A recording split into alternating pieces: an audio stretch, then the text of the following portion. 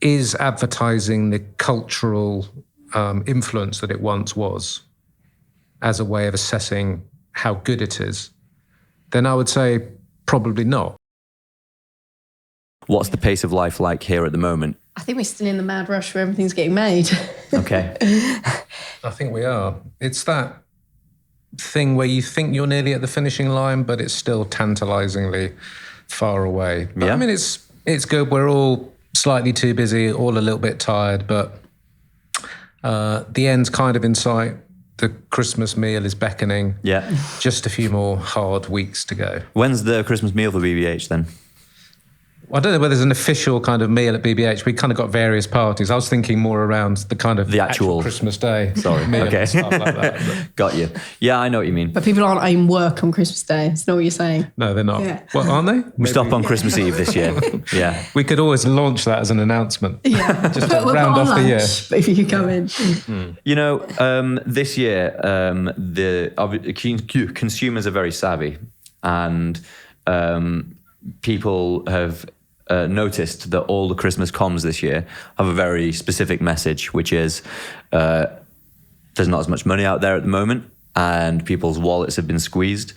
So we're here for you to make things easier and more affordable. I spoke to Sean McIlrath a couple of months ago, and he said, you know, that the sales were sort of softening earlier in the year. Clients could see it coming.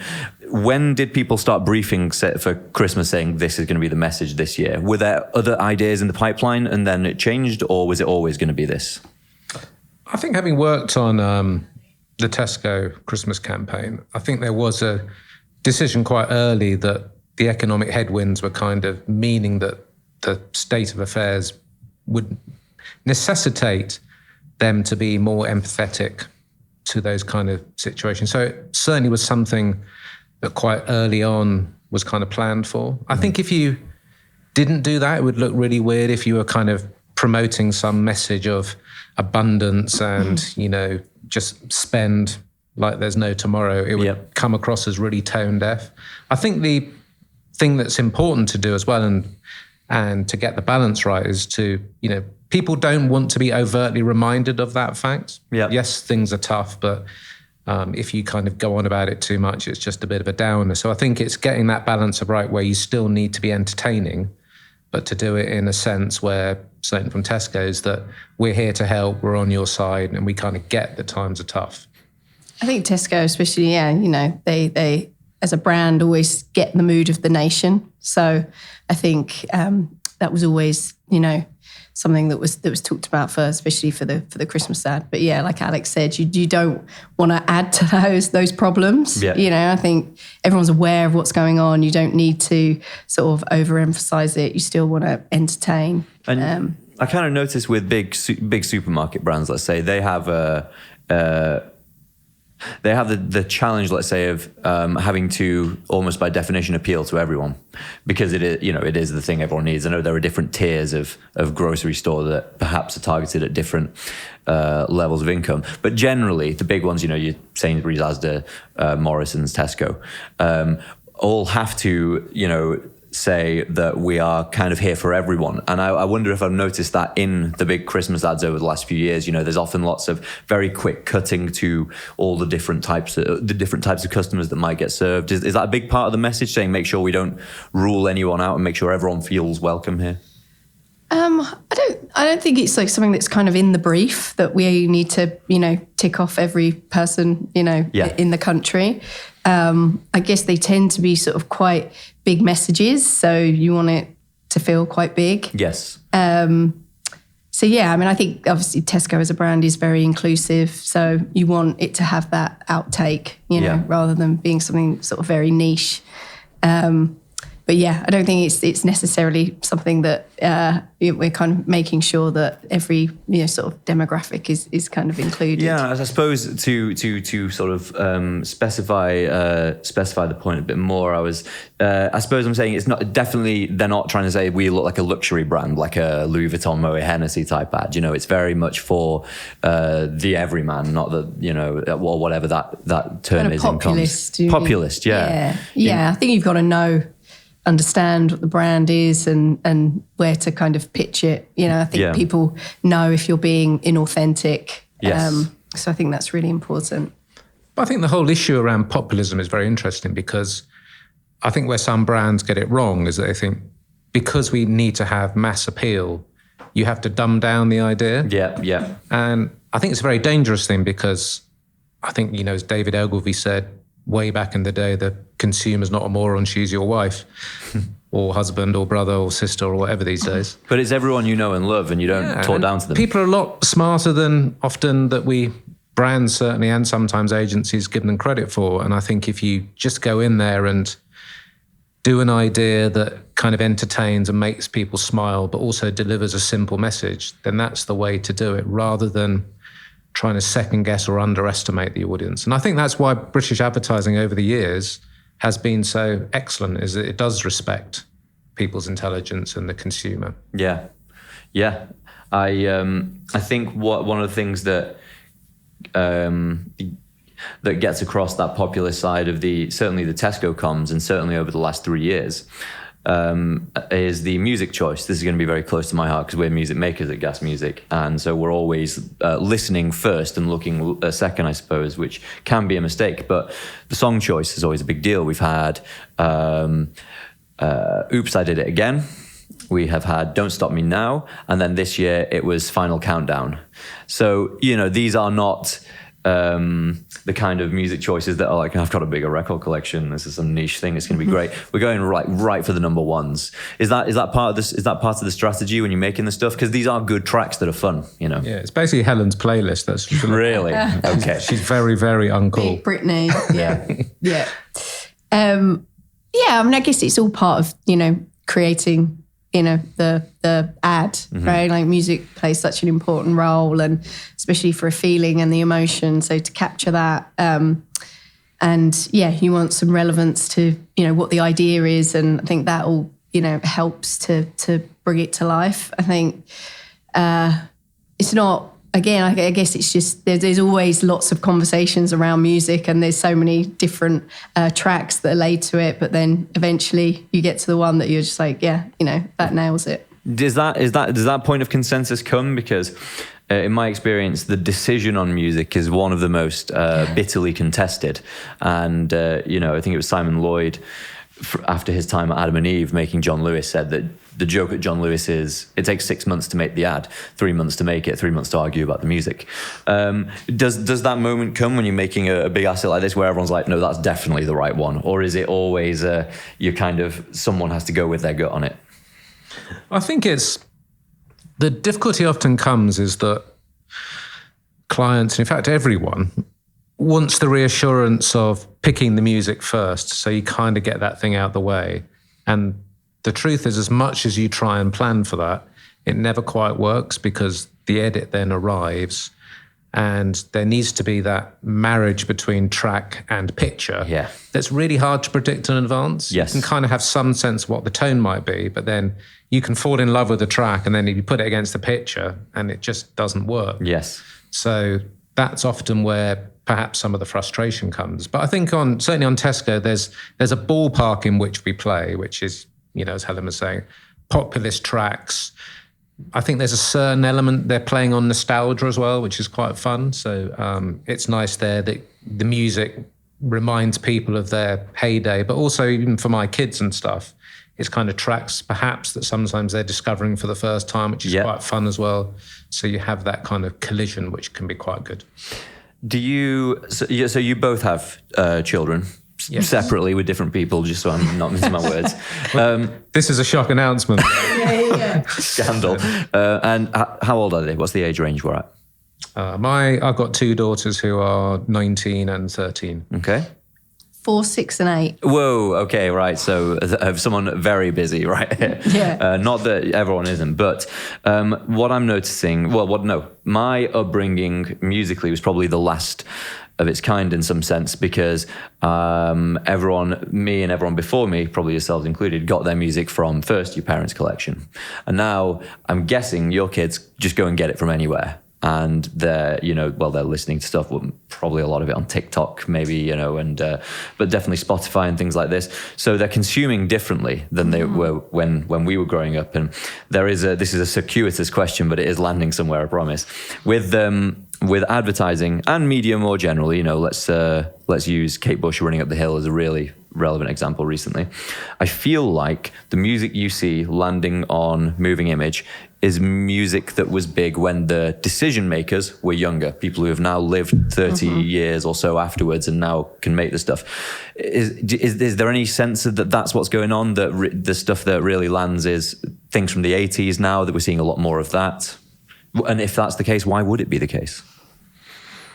Yeah, it's an interesting question. I think there might be part of that, as you say, that, people who were young in the 80s are now in positions of responsibility. So you kind of draw on your own history of music and then put it into things. And as you say, things like Kate Bush, there's this wonderful second wave where, I remember my daughter going, "Have you heard this track by Kate Bush?" You go, "Yes, I heard that one." Yeah. It's always... And they saw it in Stranger Things. Yeah, and they saw it in Stranger Things. That's how they discover it. And then they discover Kate Bush and there's a whole kind of thing that happens there. But I don't know, I think it's always the same in different kind of ways. There's more content and more things. But I remember, when I was growing up, it was kind of influenced by Levi's ads. You were discovering music from the 50s and 60s and all that kind of thing. We have to talk about the Levi's ads while we're here, of course. Yeah, perhaps it's just each generation kind of discovering things 20, 30 years before. So it's probably a cyclical thing that kind of happens. It's quite strange having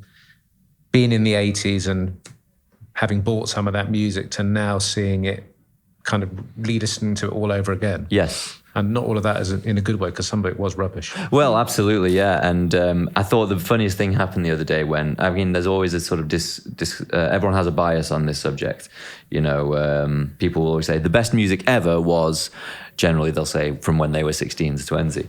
Yeah, I was at a friend's house at the weekend with all our families, and they'd hired silent disco. So we had like 3 channels on.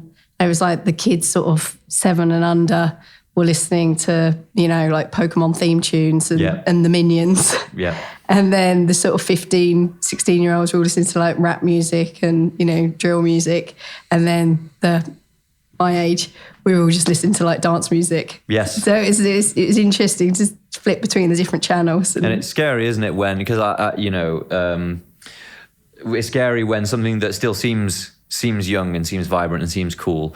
I wasn't expecting you to say dance music, and I was like, oh my goodness, yeah, because people who are old enough to be in senior positions and be parents, dance music was the big thing in the 90s, which I'm guessing was yeah. But then the 15-year-olds were like, oh yeah, I thought it was terrible. Yes. I've seen the same. I've had my first bite of that particular cherry. I've seen like, no, this isn't cool. These were crap back in the day, which is that my 15-year-old cousin wanted Crocs for his birthday. I was like, what are you on about, man? These are awful. I thought we all agreed on this like 2 years ago. I was like, oh no, that was 15 years ago. Oh, that's when you were born. You've never seen these before. That first experience of going, yes, I was there when it actually happened the first time, and it was, wasn't cool even then. So, you're kind of seeing that come through with, I guess stuff like, what is it? Insomnia Monster Mix is now like a vintage track, and those vintage tracks, a lot of them became famous through work that was, done here. I think of Guinness Surfer wasn't done here, but I know you were at AMV and we mentioned a bit of Guinness before. So, the point is on that one, tracks becoming famous through ads. Does it happen as much as it used to? Probably not, although they kind of emerge every now and again. But then I think back in the heyday of Levi's and even things like Guinness, TV was such a dominant medium, and you had that, and it created this enormous reach. Yes. Whereas now I think, media's fragmented.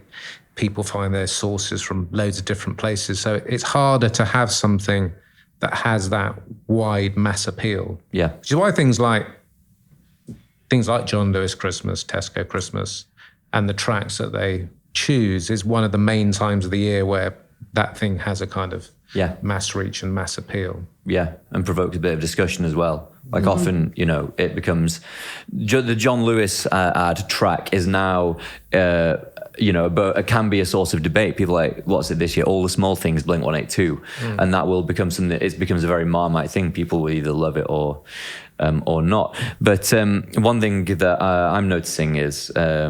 And again, it's one of those first markers of getting a bit older. I turned 30 on Saturday, hence it's on my brain a lot. Is when I find a great track on Alter, the electronic Spotify alternative playlist. And then I play it in the office, and one of our juniors goes, "Oh yeah, big TikTok track. That's why it's big on this playlist." I was like, "No, I thought I was influencing you, not the other way around." A brand starting to say, "Can you break us on TikTok?"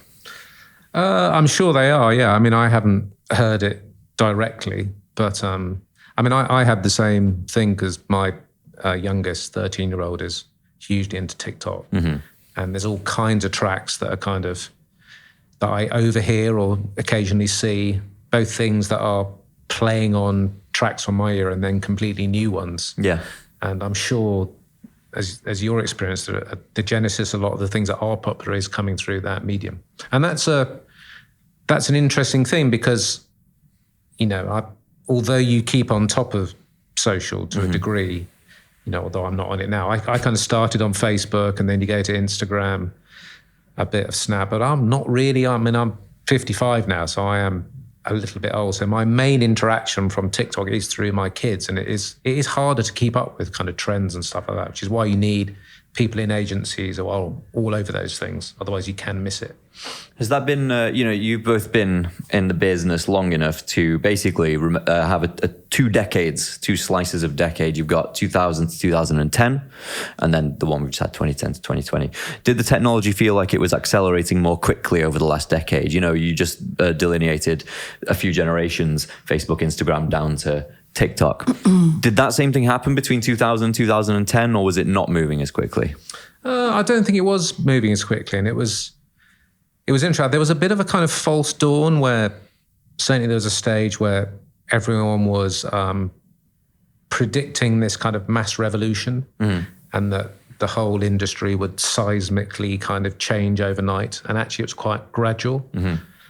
I do think, and I don't think this is just me getting older, it does seem in the last certainly 5 years or so, it's really starting to accelerate, and society and brands are much, much more comfortable now in going into social and using it as a proper kind of platform and becoming much more sophisticated. Yeah. So I think it is accelerating and stuff like that. Whereas there was a period of experimentation, and now I think it's just business as normal now. Implementation now, Yeah, I think there's just so many other ways you can sort of get your idea out there. Yeah, it used to be, it was just kind of like TV and out of home and print, bit of digital. But now with all the social media platforms, there's just so many other ways. And I think, but it's still, you need a good idea, right, to go across that.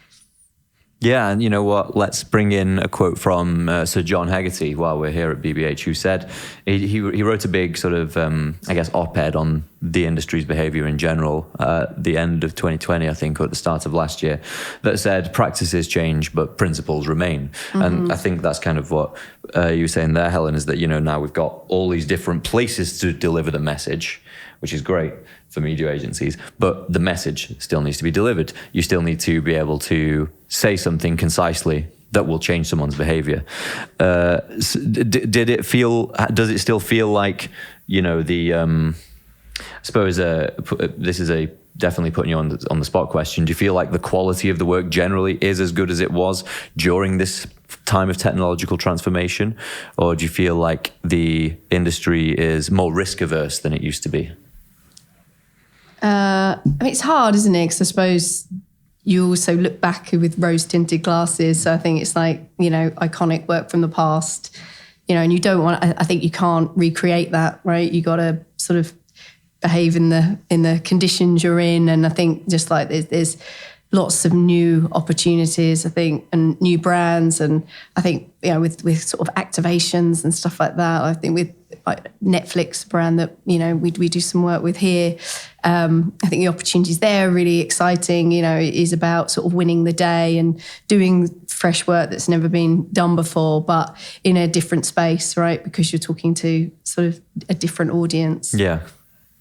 I think it's a very interesting question. I think if you just look at it objectively from probably just the standpoint of, is advertising the cultural influence that it once was as a way of assessing how good it is, then I would say probably not.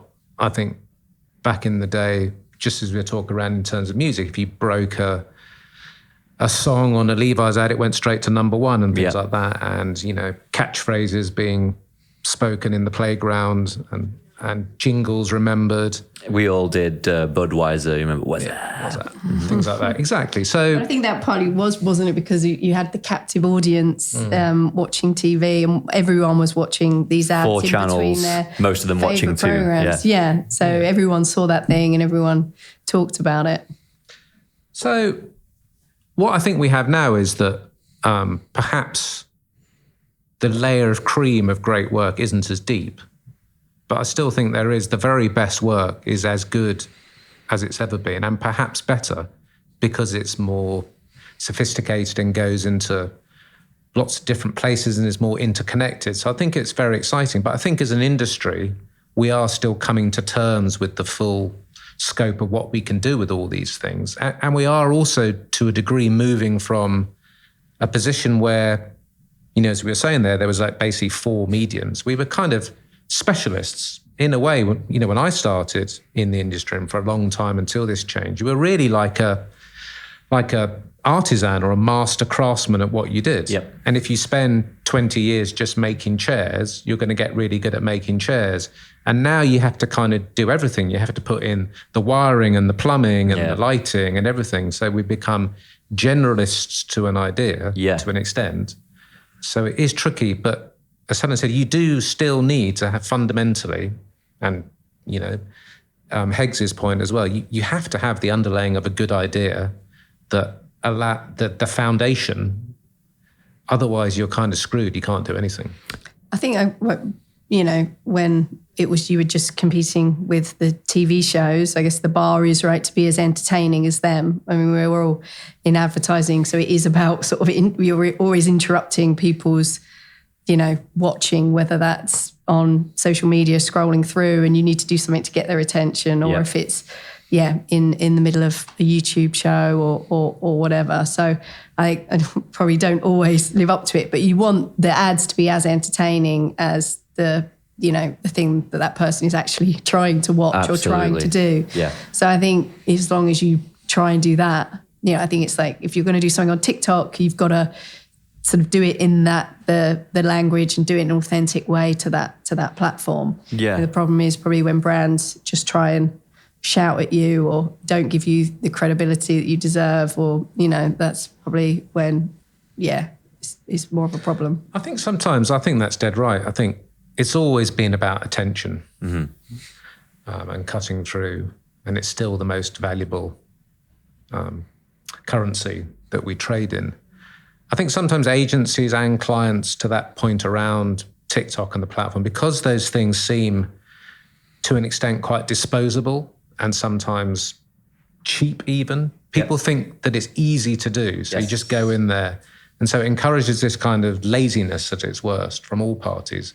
And although I'm a huge advocate of the big idea and the platform, one of the dangers of that is that you can hide behind that a bit and think that once you set up the idea, that means you have no responsibility to then kind of master those platforms and stuff like that. And you do need to be very rigorous, because there is a way about how you cut through on TikTok and Twitter and Instagram and all those other places, and they are all different. And you need to really get into the nuances of what those platforms are and to understand them to be able to effectively, get people's attention on them. You know what? Yeah, that's a very relevant point. For the last week, we've been working on hence my question before, a big brand said, can you make us a track that might go big on TikTok? And it's like the request to go viral, really, isn't it? It's like, yeah, well, we'll do our best. Point being, I was there as, someone who's only just turned 30, like, right, well, what's it going to look like? What's the end product going to be? And they're saying, well, it's just for the transition video. I was like, what's a transition video? And Vicky and Nathan has to be like, look, most of TikTok is this, and if people doing an outfit change. So musically speaking, it has a single sync point that everything hinges around. I wouldn't have thought like that if we were working in a 30-second space or in a 60-second space. You're absolutely right. You need to master not only the technology itself, but also the behavioral trend that the technology encourages. A really good example from recently, and this is to Helen's point as well, we were talking about it has to be entertaining enough to compete with the other way that people are entertained on that platform. Mm-hmm. Instagram is not TV. Most of what me and my friends do on Instagram is share memes. And then one of them says, have you seen the new Belvedere advert? And sends it over to me. Have you guys seen that? Daniel Craig? Mm-hmm. Yeah. That's like a meme. It's because it's basically James Bond, who's very stiff, being a bit silly and dancing around. And they were like, this is pretty cool. And it's because it's like meme content, it came through and really registered, and I've been showing that to everyone. Yeah, it's interesting to see, because I think even though, like we're sort of talking about, there's lots of ways to sort of do advertising within certain platforms, and there are rules and there are certain things that, it's good to know. But equally, sometimes stuff can come along that totally breaks the rule and doesn't do that. I mean, I always think, even with sort of things like out of home, when it's like, oh, you've got to get there, they've only got 2 seconds to read it. But if it's like a really good headline, then people are going to read it. Yes. And I suppose even with, like the Belvedere, they probably weren't trying to make it meme-like. It just, they made a really captivating bit of film, and then that became something, interesting that people wanted to watch and engage with and share. Yeah. So I don't know, it's just something sort of not to worry too much about. There's always certain rules, isn't there? Like even with doing social content, like things like, oh, you should show someone's face, in the first 2 seconds. But if it's a really good idea, I think sometimes it can transcend. Well, of course, those. Because as soon as it becomes format, you make it susceptible to automation, don't you? It's like, well, just do that again and again, And well, if it was that simple, there wouldn't be all this industry like around it, And I don't know if you guys agree with this. Richard Huntington at Saatchi's said when he was on the podcast that brands can sometimes fall into the trap of thinking you can just throw some money at the problem and it will work itself out. And that's kind of what we were saying about the the generalist point before. It's like, well, we do all these things and they're all if you're trying to get people's attention, surely that just comes at a price. So, it's not about mastering the craft, it's just about paying for the space. And maybe what has been learned on social over the last decade is perhaps that, there is an emerging ethic of how to behave on these platforms. It sets its own rules. You can't impose new rules on it, something like that. Yeah. I mean, I think the Belvedere ad is a really interesting example of perhaps how things are changing. And I was reading an article by Mark Ritson on Belvedere. And it's curious because if you look at that particular piece of work, I've no idea what the idea is. It's purely a kind of aesthetic. It's kind of weird, but watchable. But yeah, it's been hugely successful. It's kind of empty of any kind of depth or meaning or stuff like that. But perhaps that just doesn't really matter anymore. If you get that aesthetic and appeal and slight sense of weirdness, it kind of seems to work really well. So it just shows that, and I think that only works in certain categories like, fashion and perhaps premium alcohol, which it is, and things like that. I'm not sure if you apply that to Tesco's, it's going to work. I know what you mean. But in that kind of sphere where it's all about being everything and nothing, in a world that's everything and nothing at the moment, it kind of resonates for some weird reason. Yeah. So it just shows you have to constantly, just as you think that you're on safe ground and you understand how things work, you have to once again be open-minded about, geez, maybe it is just about the aesthetic in some phases and just getting people's attention and just about saliency. Yeah. Entertainment for sure. You know, BBH has been great at that over the years. The Audi campaigns and the Levi's ones were always sometimes. I'm in the agency. Was about to tread on some very sort of historic toes and say, well, maybe they had no idea.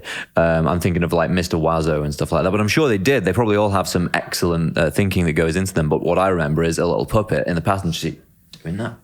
And again, it makes you smile. Sometimes it's like, as long as it's not as long as it's got that, it'll be okay. But maybe it's that it has to have that at minimum.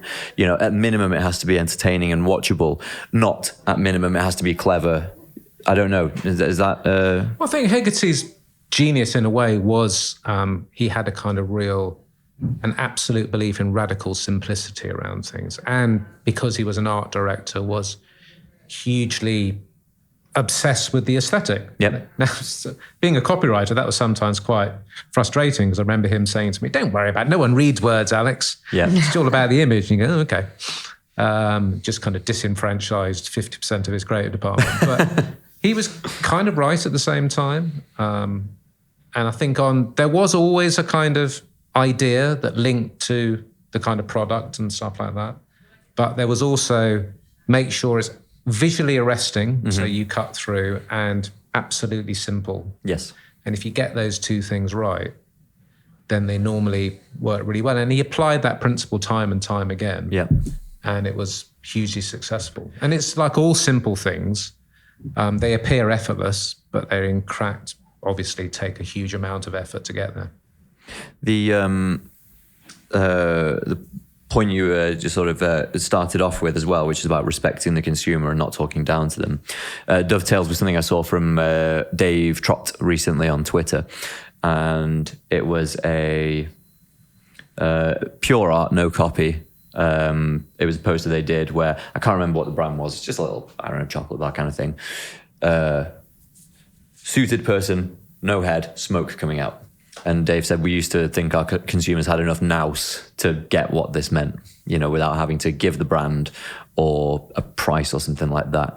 But you know, how do you combat that when I feel as though, you know, there will be a time, especially times like this economically, where every client will be quite anxious to get their message out that they are affordable, for instance. How do you be... what was it called? Something simple, the Hegarty phrase? Well, I kind of made it. I was kind of radical simplicity. Radical simplicity. How do you do that when you're selling into the clients who are saying, no, but it has to say this, we need to make sure they hear these words. How do you still try and keep it simple? I guess it's a selling question more than a creating question. I think it's a lot of that is about how you start. So that's really going back to really understanding what the business problem is that we're trying to solve. And then if you can kind of get up front and agree that, then you go into, right, then we need to answer this business problem in absolutely the simplest way for it to be understood and to resonate, because people have lots of things going on in their lives. As much as we would love them to spend all their time thinking about Tesco's and stuff, it's a minuscule amount of their time is actually spent doing so.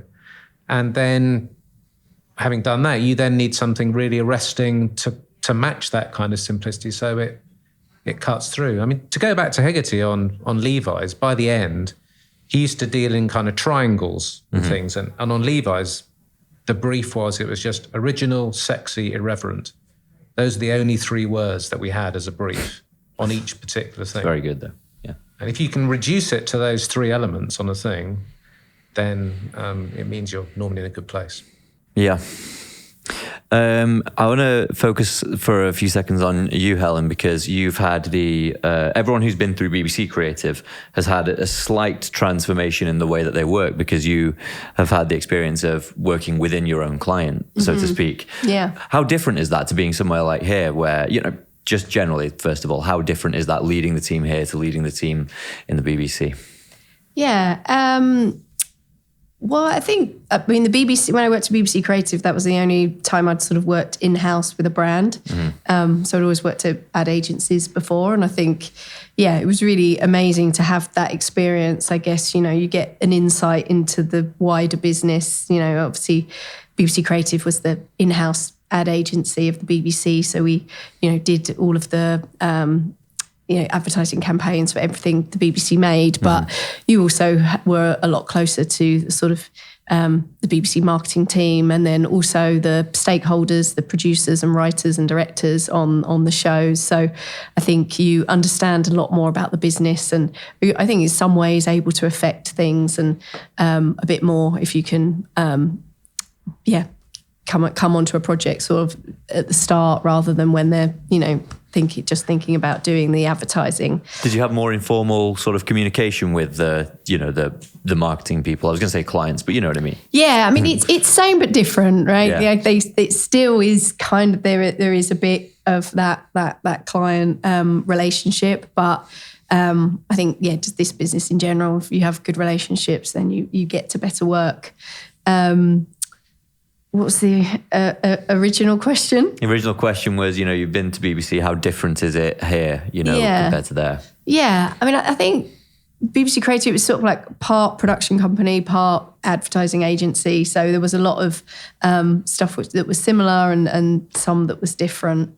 I think like the content you're working with is very different maybe than to an ad agency. If you're working on like Steve McQueen's anthology of films or, Michaela Cole's I May Destroy You, they're it's content that people is part of culture or is people want to engage with, I guess. So you sometimes don't need to put too much of an idea wrapper around it, than maybe if you're selling insurance or toilet roll or something like that, where you're trying to make it something interesting that you want people to engage with, whereas people already want to engage with that content at the BBC. But I think you still want to do it in a way that is really interesting and elevates it to its potential. Yeah.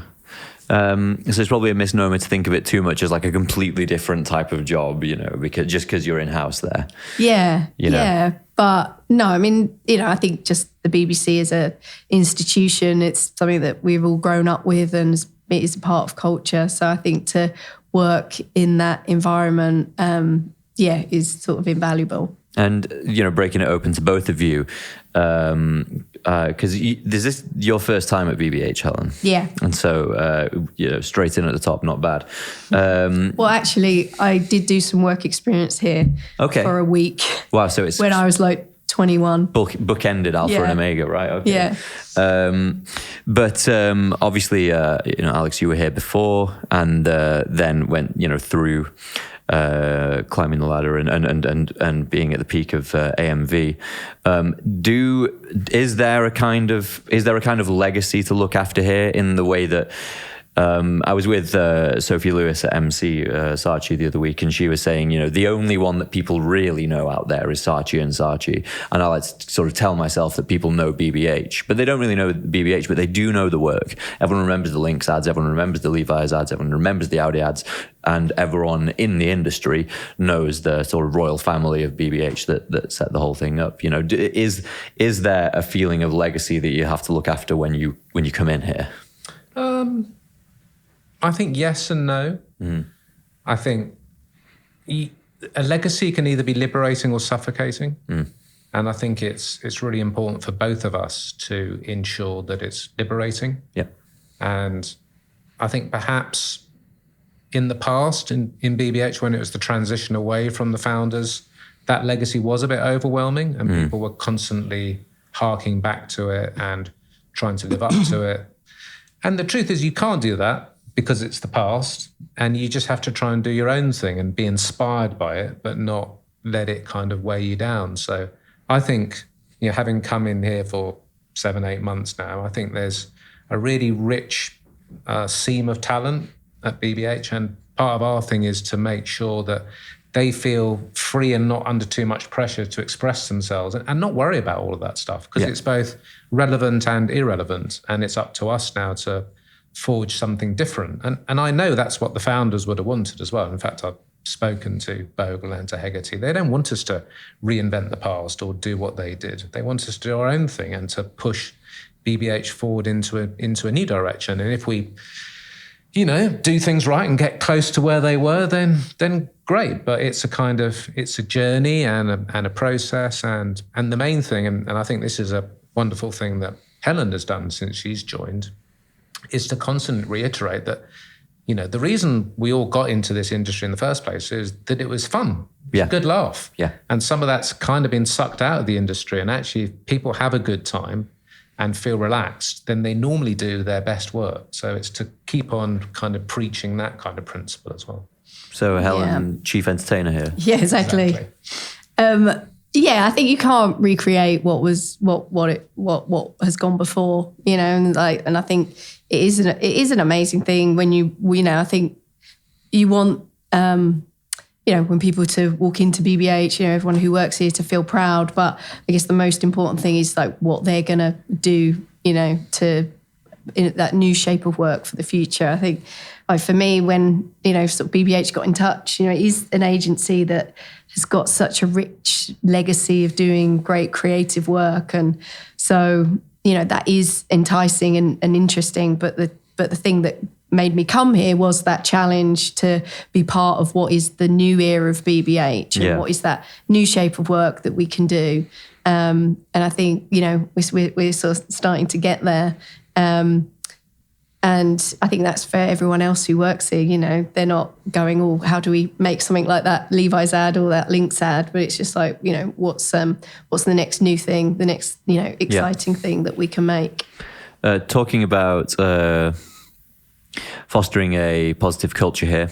One of the quotes that comes out to me most often relevant regarding this industry was by Drayton Bird. You guys familiar with Drayton Bird? He was I think he ran Ogilvy and Mather for a little while. I think he's about 90 something now, maybe 87. Anyway, he said, when I was at Ogilvy, you know, my job was to make sure people turned up early and stayed late. And so all I did was spend all day entertaining people and making sure that they were happy to be here.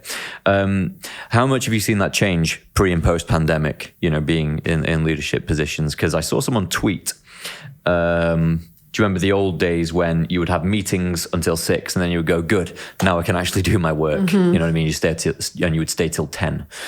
How has that changed? Was it really that bad before and is it different after? Or I think a lot of those things are kind of exaggerated kind of both ways. I think it is different post-pandemic, and what I hope is that the culture of presenteeism has broken down. Yep. Because I don't think that was in any way helpful. I hope also that we're moving into a space where the whole advantage of rest is considered more, and the fact that that's just as important for productivity as working hard, and in fact more so, because rest is the time when the ideas have time to actually form and bond and things like that, and also for just people mentally and physically to recover, because it's not, you can't be prescriptive about everyone, because people do work in different ways. But I think by and large, creativity works best in short sprints, intense sprints. Then you rest and recover, and then you go again. And I think the trouble now at its worst is that you're doing a marathon formed of loads of sprints, and then you finish that and you're fucking done, excuse my language. It's all good. So, but that whole issue of burnout is something that we're not through by any means, but is now becoming a topic that people are taking a lot more seriously. Right. And I think we need to continue that debate, because I think that was one of the big issues around the industry that was holding us back, and also, you know, meant that we weren't attracting the talent into the industry that we should be. Yeah.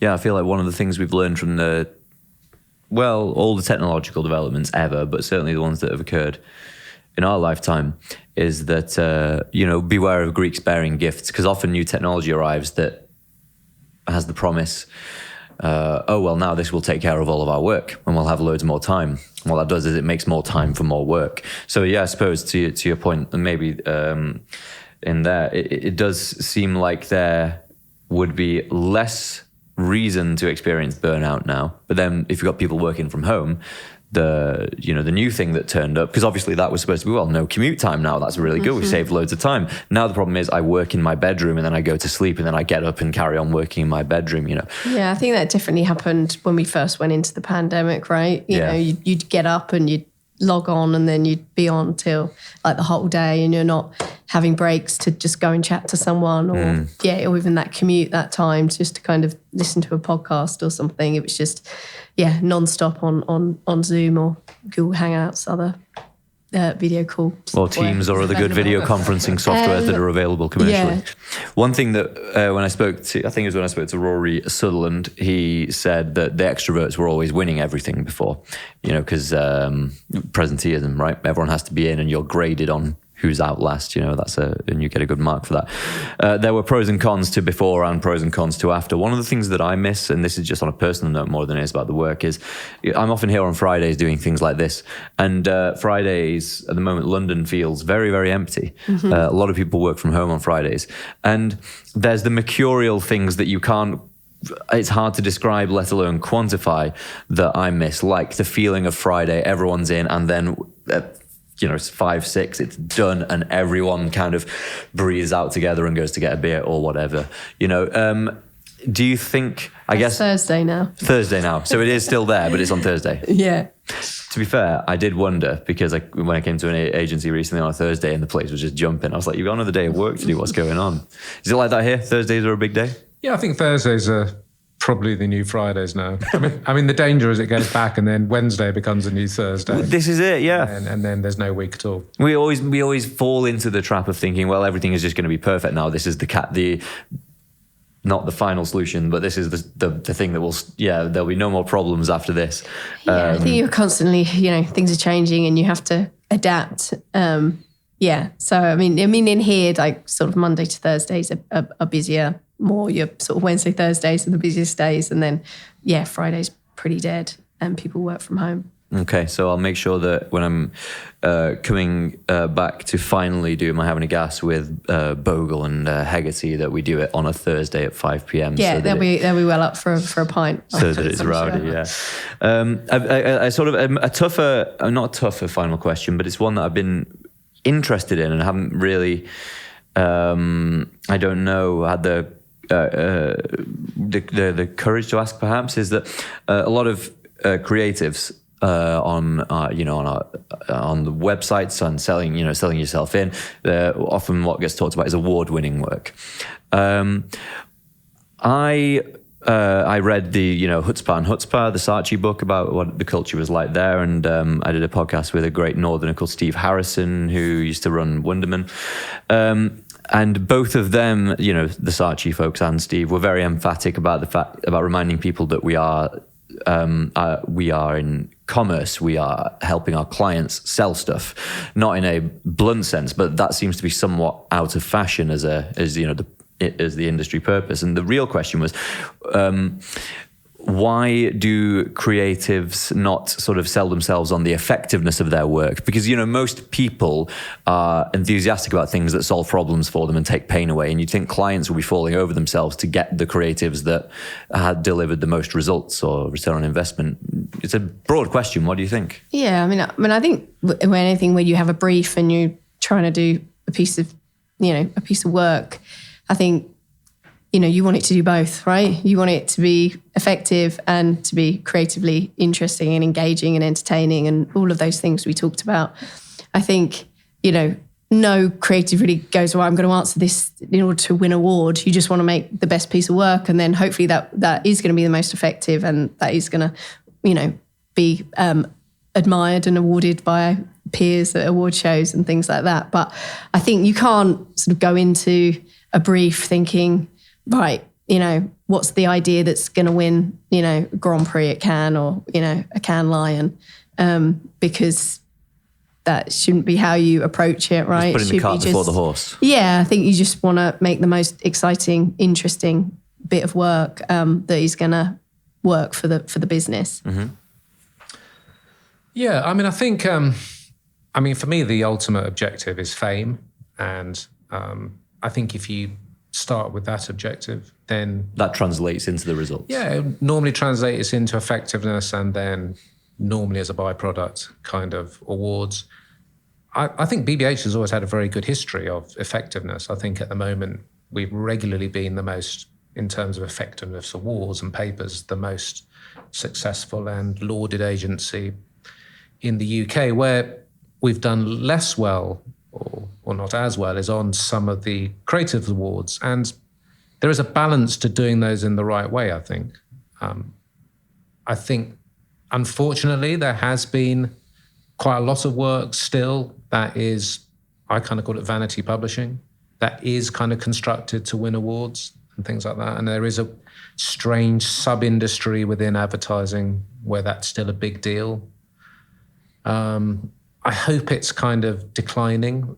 I'm not sure the whole rise of purpose advertising has necessarily helped, because I think there's been some great work in that space, but it's also led to lots of dubious examples that are less good and do seem to have been done purely for the purposes of winning awards. Yes, and not for, like, the effectiveness in the charity sector is raising money, isn't it? Yeah. And that some of the best work we all know is in that sector.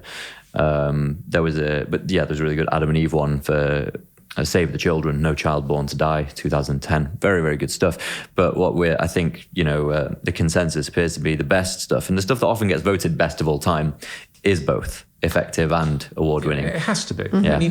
And it's also, do your best work on your biggest brands is a good thing as well. That's what we're paid to shift the needle in all kinds of ways in terms of effectiveness, profits, attention for our big brands. That's why they're paying us. And if you this is the point of commerce, if you take your eye off those things and expend all your energy in small, if worthy, pro bono projects or things that are kind of speaking solely to the industry rather than to the public, then we're doing ourselves a massive disservice, because that's not presenting the industry in the best light and not showing what we can do brilliantly when we apply ourselves to it, which is, proper work that moves brands out of the pack into leadership positions. Yeah, which of course this place is famous for doing. So, all right, controversial final question.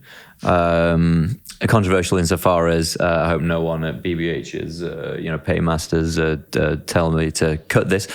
Favorite Christmas ad of this season that isn't made by BBH? I do think the Christmas ads this year are better than they have been for a while. I think there's been a couple of years when it's been slightly on the wane. I think there's a couple that have kind of cut through. I think just in terms of entertainment and talkability, I think you can't deny that the Asda work with the elf has kind of cut through and got people talking. Yeah. Doesn't have a point of view, but maybe its point of view is just to entertain and give people a smile, and that's kind of... Yeah, I was ready to be snobby about it and be like, that's just someone else's IP, but, like you say, entertainment at least. They've done it quite well. I mean, it's a bit of a worrying trend, because there's the thing with Rocky and Ladbrokes where they're kind of appropriating... Oh, now we films. can cut stuff out of films. And, I do slightly worry that the next thing is kind of Papadolmio and the Godfather film, but... Yeah. Hey, I'll raise you one. We thought Costa La Vista and Arnold Schwarzenegger for Well, there you go. So, you see. that's a pitch. I want money. So, aside from that, I do think John Lewis have made a bit of a pivot this year. I think, again, it's got some talkability. I think it's a sweet, charming story. Yeah. It's slightly quiet, but at least they've kind of recognised they need to do something slightly different. And it's like again, the anti-Elton John one. Yeah, and the ultimate test is, are people talking about it? Do people like it? And in general, that seems to be the case with those two bits of work. Come on, Helen. Let's see if you're still on the BBC payroll secretly. And no, I'm joking. Yeah. No, I mean, I would say the Asda Elf. I think, you can't help but be happy when you see it. And I guess ultimately you want to feel happy at Christmas time and in this current economic climate. Yeah. I would say that's it's like just unashamedly fun. It's like the reason we were talking about Daniel Craig before, isn't it? Like, star quality is still a big thing, and Will Ferrell's ultimate quality is he's very, very good at being silly but seeming like he's not trying to be. You know what I mean? He's just fun and makes you smile to watch. And so I guess it was a good coup, so to speak. But yeah, part of it was also to prove that, look, we can take it out of another film and put it in an ad. So yeah, we'll see what happens with deep fakes and stuff coming down the line in the next few years. But nonetheless, yeah, it's it's been really good to talk to you, to have so much of your time, and let's see that the runway to Christmas between now and the big day is as painless as possible for you. So Alex, Helen, thank you. Thank you Very much.